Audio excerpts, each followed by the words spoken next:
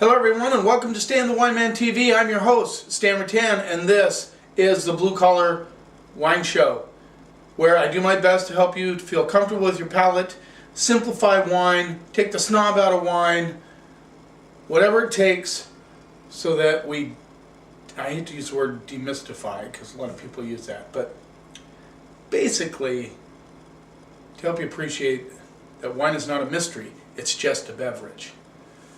By the way, I'm looking for some pointers on how to get past that blue collar. I don't know why I'm struggling, but I'm trying to figure out what to say to explain what blue collar means. Maybe you can give me some suggestions down below. Maybe something that kind of is clever to fit in after that. I don't know why I'm struggling with that. It's just I'm trying to convey to you, my audience, why I call myself the blue collar wine guy. Aside from the fact that I have a regular job, I want you to spend your money wisely on wine, not blow it on something just because of a name if it's not a good wine. So, that's basically the idea behind it, but maybe you could help me with something clever to come up with to add to that blue collar side. I'd appreciate it if you gave me some suggestions. For those of you that live on the island, come in the store, give me some ideas. I'm open for it. Whatever it takes to improve the program. I hope you've been enjoying the episode so far. This is episode, I believe, 54. I should have looked. I think it's 54, yes. Easter's coming up. These wines have nothing to do with Easter, although the one white from Argentina certainly would be perfect with ham. So we're going to go to Argentina. We're going to go to our friends down south. We're going to look at 3 wines from Tomero Winery, which is part of the Carlos Pulenta portfolio. They have Vistalba wines and several other wines. And Argentina, in many ways, is like a lot of wineries up here, well, especially in California, where they have more than one label in their portfolio. So, sometimes you might be tasting some wines and you go, wow, I like this wine, well, I like this one too. I wonder why. Well, it's the same winery. Maybe not the same winemaker, but the same winery, same concept. I like the Tomero wines from Argentina because they are a good value, and of course most Argentinian wines are. The one wine that I thought would be excellent with ham, but it's also a varietal that I know a lot of you are not familiar with, and that is Torrontes. It's the main white of Argentina, and I'm going to give you a shot of the label. This is Tomero Torrontes 2012. It rolls in about $12. And Torrontes is a very interesting varietal. A little different than most whites that we are used to, like Sauvignon Blanc, Pinot Gris, Chardonnay. Along those lines, it's nothing like any of those. I suppose the closest varietal to Torrontes would be Viognier. And I know a lot of you have probably tried a Viognier. But this has a lot of the same kind of characteristics as a Viognier, very floral. But the difference is in the palate, though. It's much richer on the palate, at least in most cases. Very rarely have I found a Torrontes that is not heavier on the palate than a Viognier. So let's see what we get on the nose. Just, it's very tropical. You get a lot of that mango, papaya, pineapple. Yeah. Get a little peach pit going on. A little orange peel, perhaps, maybe orange blossom, possibly. But that's the beauty of Torrontes. I mean, just the bouquet is amazing. And if you're into like smelling wines and you really want to start practicing, perhaps, extracting certain flavors, Torrontes just kind of throws it in your face. If you can't smell tropical fruit on Torrontes, maybe go get a neti pot and clean out those sinuses, because I'm telling you, it's there in spades. Maybe getting a little bit of a grassy component on this. Let's see what we get on the palate.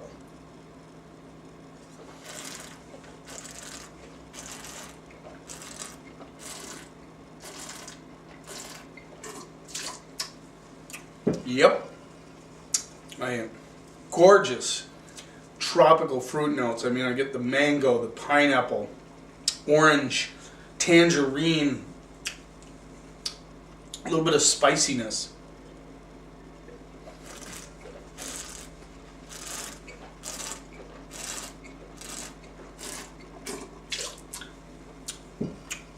Very perfumed. It's like you can taste, it's weird, but you can taste like in the cavity of your mouth, you taste the perfuminess of this wine. This one is nice because it's not too heavy. Some of them almost go to the Vaseline type viscosity in the mouth.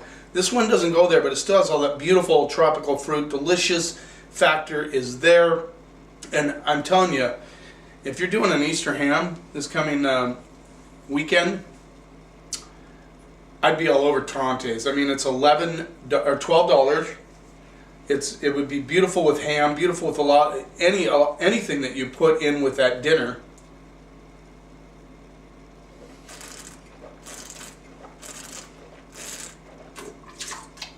Yeah, I love it. It has that kind of candied lemon, candied orange, tropical fruit. Beautiful wine. $12. If you haven't tried a Torrontes yet, if you have kind of shied away from that, don't be afraid. So, you know, maybe kick it off with the Tomero or one of those wines. But I'm serious. I don't know if Torrontes will ever catch on. It won't become the next Moscato. It won't become the next Sauvignon Blanc. But, you know, don't be afraid to try it. They're delicious wines. If anything at all, they just hit the delicious factor. So I'm going to give the Tomero, got to give it a grade, I'm going to go with a B+ on that one. Really like that Torrontes, and I think you'll like it too. Now we're going to move on to Tomero 2012 Cabernet Sauvignon. Now this is let's look at the labels. There you go. Okay, so this is from Mendoza, Argentina. And the cool thing about Argentina is that most of the vineyards are in higher elevation, so you get good concentration on the fruit. But Argentina is not necessarily a place you look for cabs. That's kind of, let's just face it. You think of Argentina, you think Malbec. They've kind of got that niche going on, and you know, I don't know if it's a good thing or a bad thing, if it will hurt them in the long run, whether or not they will, be like Australia and have the Shiraz downfall. I don't know, I hope not. They do make excellent cabs. This one rolls in at $13. If you think about it, $13 for a cab, if it's any good, is a great value. Let's see what we get on the nose. So this has a very nice, very concentrated nose. I get the oak is definitely there. Currants, cherries. Yeah, it's got a great nose. I do get a little bit of heat, and I was noticing when I was reading the label, I think it rolls in at 15% alcohol. You know, if I'm not one to judge a wine by what the label says as far as alcohol goes. But, you know, if it's done well, you can have high alcohol. But let's see what we get on the palate. Because the alcohol, definitely, you get that hit of lifted alcohol content on the nose.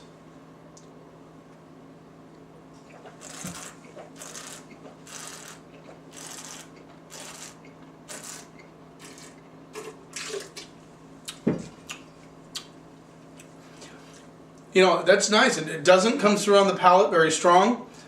It's there, I mean, obviously. Nice, you get a little bit of red fruits on this one. A lot of cherry, like red cherries, backed by those black currant notes. It has that really nice, I call them chalky tannins, which is a kind of the profile of the tannins from Argentina. I don't know what that's all about. Probably should do some research on that. But either way, it doesn't really matter. I don't want to get all techno on you here. But they're a little chalky. I like that about them. I wouldn't call them polished, but they're certainly smooth.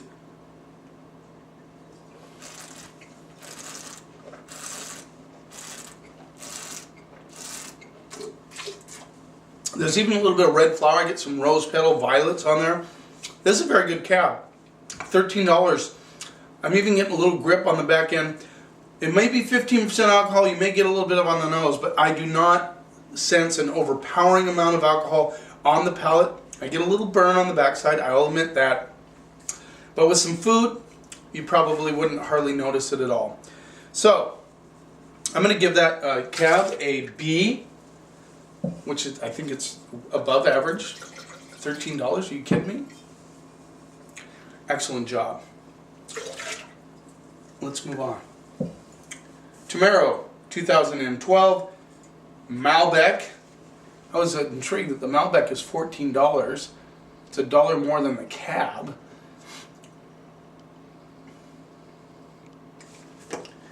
And one thing you have to be careful of, and just you can do whatever you want, which I know you will anyway.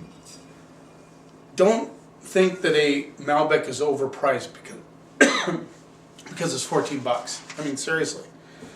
There's a lot of great Malbecs that are between $20 and $30 out there. And I think that what's happening, and we got to be careful, is that you're expecting Malbec to be 11 and under. Well, you know, that's great to find those Malbecs. I find a lot of them to be a little like vanilla ice cream. They're good. They just don't have very much complexity. Now, there are a few out there that do. I'll tell you that one. And I'll be the first one to tell you to buy those. But don't shy away. At 14 bucks is not really expensive.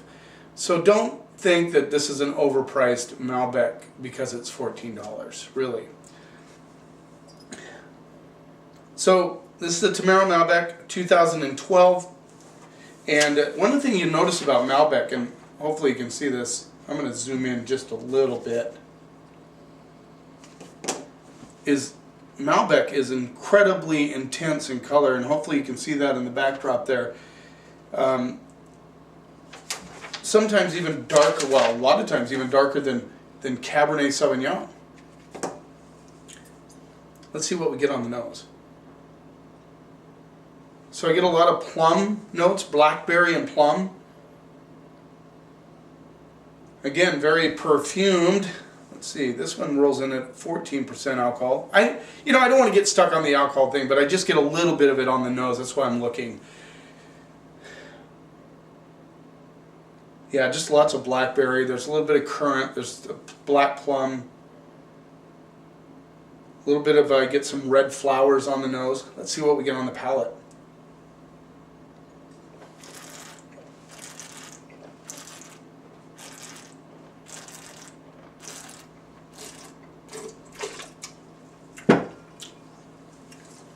Very smooth, very delicious. I get that blackberry notes. I get a red flower, like a violet almost. Very interesting. A little bit of touch of tobacco. Really nice little red fruits kind of coming through on there too.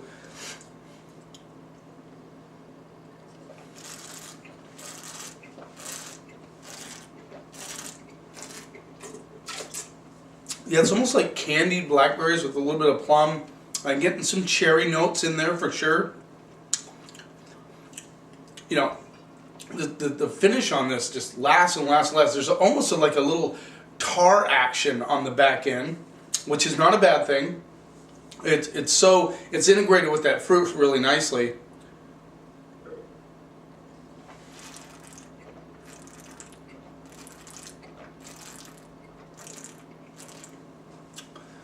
You know, I'm digging that Malbec. That's really good Malbec. I just like that tobacco, blackberry, plum, cherry thing going on. It hits right on the delicious category. It's got a little good acidity on it. It's fresh. Perfect with food. I mean, I could have this with hamburgers. I could have it with pizza. I could have it with a lot of different things.